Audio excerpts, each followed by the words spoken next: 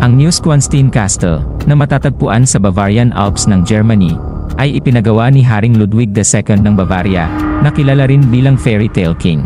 Malaki ang naging inspirasyon ni Ludwig mula sa mga gawa ni Richard Wagner, ang tanyag na kompositor, at ang disenyo ng kastilyo ay nagpapakita ng mga temang Wagnerian. Layunin niyang magtayo ng isang romantiko at idealisadong bersyon ng mga medieval na kastilyo bilang pagkilala kay Wagner at bilang isang paraan ng pagtakas mula sa mga responsibilidad ng pagiging hari. Gayunpaman, kontrobersyal ang paghahari ni Ludwig. Kilala siya sa kanyang mga kakaibang ugali, at ang kanyang pagkahumaling sa kastilyo ay itinuring na tanda ng kanyang hindi matatag na pag-iisip. Tinanggal siya sa trono noong 1886 sa ilalim ng mga misteryosong kalagayan, bago pa man matapos ang kastilyo. Ang kanyang kamatayan, na natagpuan sa kahina-hinalang kalagayan sa isang lawa ilang araw pagkatapos nito, ay nagpasiklab ng mga espekulasyon tungkol sa kanyang buhay at paghahari. Marami ang naniniwala na biktima siya ng isang pampulitikang sabwatan. Ang Neuschwanstein Castle ay isang mahalagang halimbawa ng arkitekturang romantiko noong ika-19 na siglo, na idinisenyo upang pukawin ang karangyaan at hiwaga ng medieval na Europa. Itinayo ito sa panahon kung kailan tanyag ang mga estilong Gothic Revival at Romanesque Revival, at ang disenyo nito ay malaki ang hinango sa mga inspirasyong ito. Ang mga matatayog na spire, matarik na bubong, at dramatikong silweta nito na nakatayo sa isang mabatong burol ay lumilikha ng isang malakwento sa engkanto na anyo. Kasama sa mga tampok nito ang mga battlement, tower, at arko ng bintana na ginagaya ang mga medieval na kastilyo na inidolo ni Haring Ludwig. Sa halip na mahigpit na sumunod sa kasaysayan, ang disenyo ay sumasalamin sa isang romantisadong bersyon ng gitnang panahon, alinsunod sa idealistikong pananaw ni Ludwig. Ang kastilyo ay ipinagawa ni Haring Ludwig ng Bavaria, na kilala sa kanyang pagiging kakaiba at pagkahilig sa sining at arkitektura. Ang kanyang pangarap ay lumikha ng isang idealisadong medieval na kastilyo na nagpapakita ng kanyang pagmamahal sa mga opera ni Wagner at mga romantikong ideal.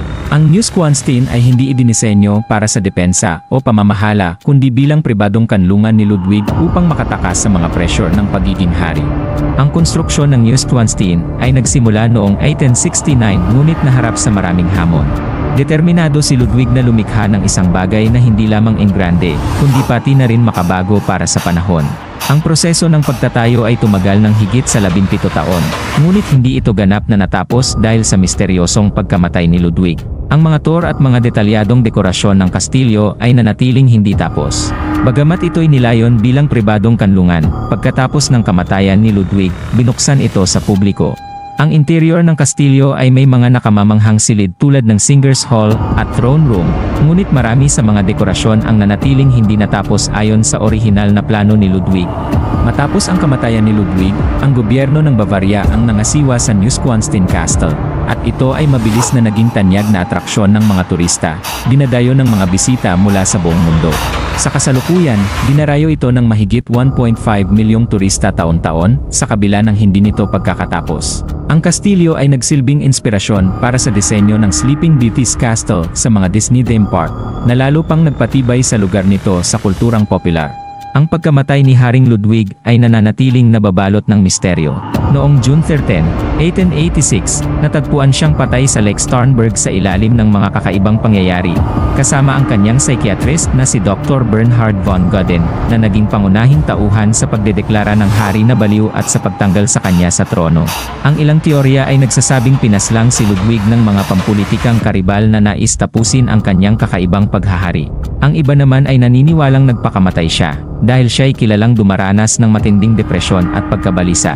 Ang relasyon ni Ludwig kay kompositor Richard Wagner ay madalas ituring na isa sa mga pangunahing dahilan sa paglikha ng Neuschwanstein. Ang kanilang malapit at halos obsesyonal na ugnayan ay nagtulak kay Ludwig na suportahan si Wagner sa pinansyal na aspeto at isama ang maraming ideya nito sa disenyo ng kastilyo.